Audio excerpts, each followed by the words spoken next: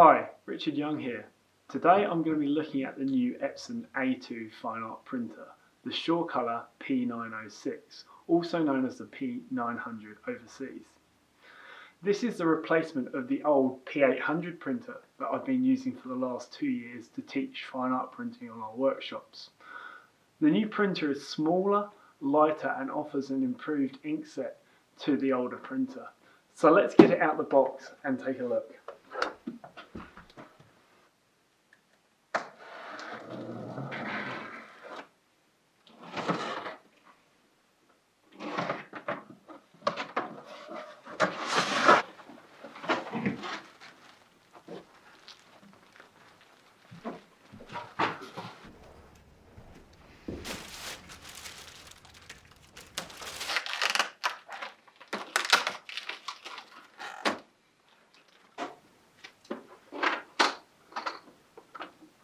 Right, I think I've successfully removed all the tape and cellophane from the printer, and I'm now going to install the ink set.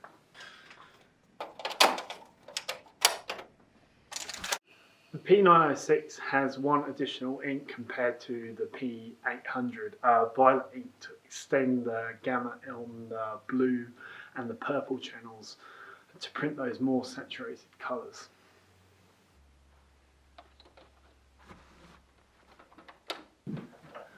The Photo Black and the Matte Black both now have dedicated channels, so this means no more black switching between glossy and matte papers, which is a real time saver and also saves ink. Compared with the P800 printer, the new P906 has got a very slick new design, which is really going to make it sit in very well here in the gallery and sit very nicely on my desk. I've decided the first image I'd like to print on the new printer is this stunning shot of some silver birch trees I recently captured while down south on a trip scouting some new workshop locations. This image has some beautiful, soft, subtle tones and transitions in it which I think are going to render really well on a fine art paper. I've selected the cold press bright paper for this image, and I'm just going to print this on it now in Epson print layout. The P906 has a front fine art feeder just like the P800, and I'm going to load this media via the front feeder.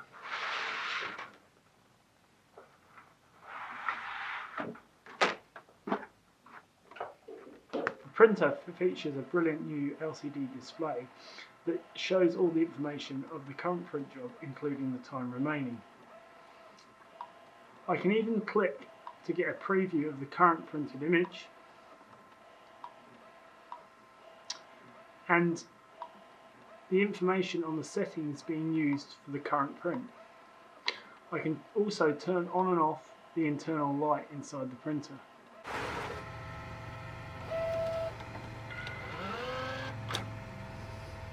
As the first print I've made on this printer, I'm really happy with the final print. I think it captures all the beautiful subtle tones and transitions that I visualise in the image, and really expresses what I wished the photograph to capture. There's a level of detail in this image that only can be produced by high-end fine art printers like this. Setting up the printer for the first time really has been very straightforward. For anybody that's used to working with an Epson printer or has owned a P800 in the past, the setup and installation of the driver is very much the same, and the print dialog and print driver looks just the same as in the past. There's a couple of new printing options which I'm just going to look at now.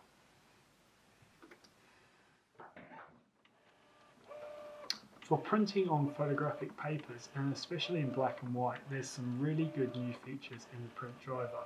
Both the advanced overcoat option and the carbon black, which are both designed to give a deeper, richer black in your photograph. I've chosen to print this image because it's a very dark, contrasty image with a lot of deep blacks, but there's still some shadow detail in it, and I really want to see how this renders using both the overcoat and the carbon black feature and the difference it makes to the deepness of the blacks.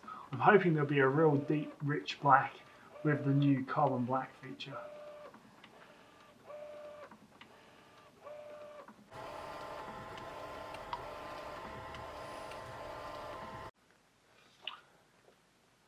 Looking at these two prints, I can clearly see a difference in the black tones in these images.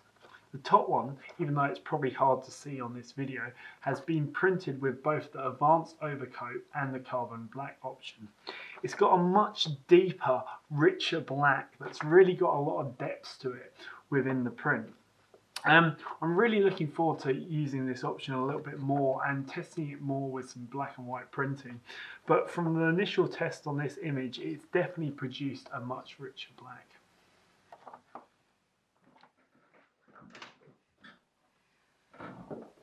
To make stunning fine art prints, you need a really good image to start with, and the best printer in the world won't produce good prints out of bad images.